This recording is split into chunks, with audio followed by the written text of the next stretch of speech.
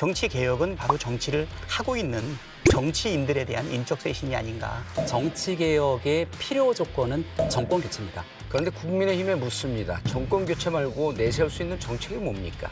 386 운동권 출신 정치인들은 빨리 퇴장이 됐어야 된다고 생각합니다. 지금은 완전히 구악의 상징들이 되어 있거든요. 자, 먼저 민주당 박찬대 의원께 드리는 질문인데요.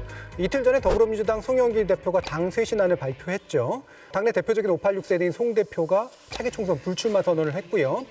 그다음에 지역구에서 4선 연임을 금지하겠다라는 그런 내용으로 발표했고, 또 대통령 선거와 함께 치러지는 종로 등 세 곳의 재보궐선거에는 공천하지 않겠다라고 하는 입장을 밝혔습니다.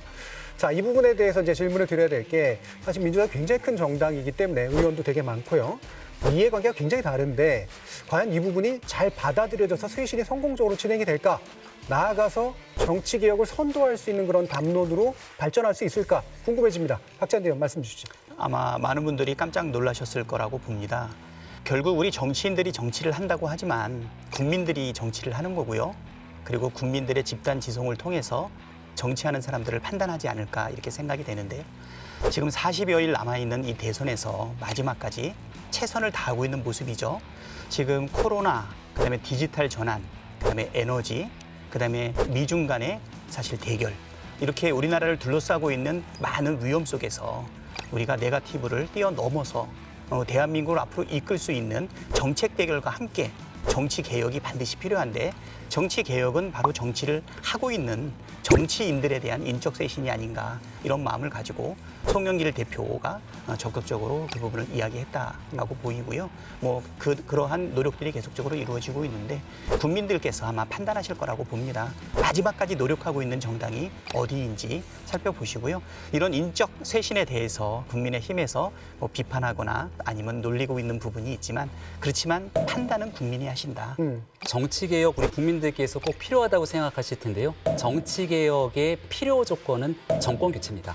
아마도 정권 교체를 기본적인 바탕을 깔고 정치 개혁에 나섰으면 좋겠다라고 생각되는 국민분들께서 꽤 많을 거라고 생각을 하고요. 정치 개혁을 외칠 때에도 타이밍이 존재하는데 더불어민주당이 많은 타이밍을 실기한 것이 아닌가 생각을 합니다. 지금 당장 내놓고 있는 86 용태론만 하더라도 내부의 집단지성을 모아서 내놓았던 얘기들보다는 선거를 앞두고 피해가 이르는 모면, 꼼수가 아닌가라는 비판도 있을 수 있을 것 같은데, 이동학 청년 최고위원, 민주당의 최고위원 같은 경우는 586 선배님, 말을 꺼냈으면 실행하셔야죠. 이런 정치 물어줄 겁니까? 라고 내부에서부터 이런 얘기들이 나오기 시작하고요.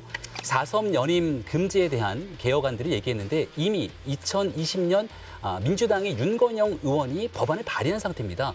그로부터 숱한 날 180녀석을 갖고 있는 집권당에서 아무런 액션을 취하지 않다가 대통령 선거를 앞두고 얘기하는 것, 진정성이 있냐라는 얘기가 나올 수 있고, 네. 그 진정성에 관한 모습들을 민주당이 좀 돌아봤으면 좋겠습니다. 알겠습니다. 정권 교체 심리가 높은 거 인정합니다. 그리고 많은 저희가 잘못을 했습니다. 그리고 누차 이런 부분에 대해서 사과를 했고요. 그런데 국민의힘에 묻습니다. 정권 교체 말고 내세울 수 있는 정책이 뭡니까?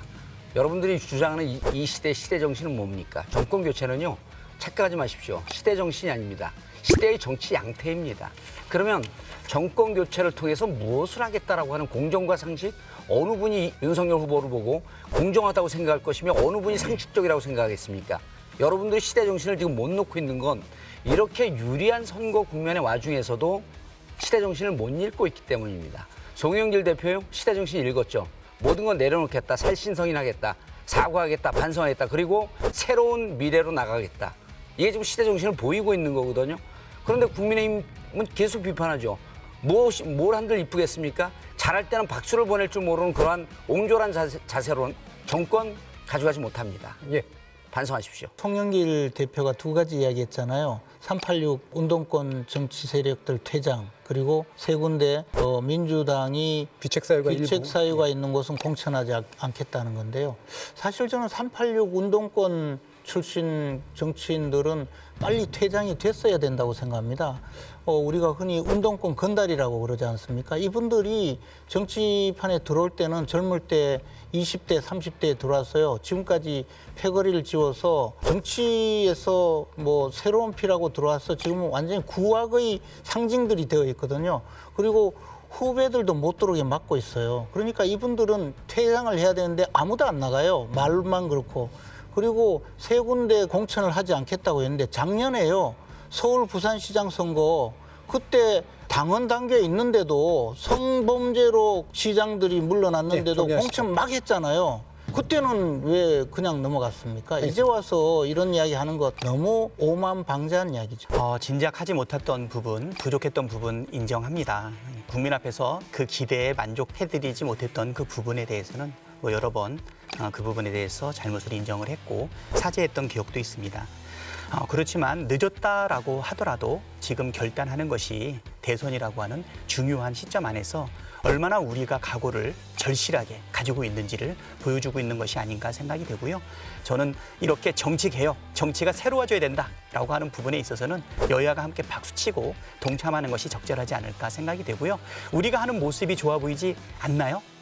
좀 혹시 좋아 보인다라고 하면 아마 같이 뛰어드시면 되지 않을까 이렇게 네. 생각이 됩니다.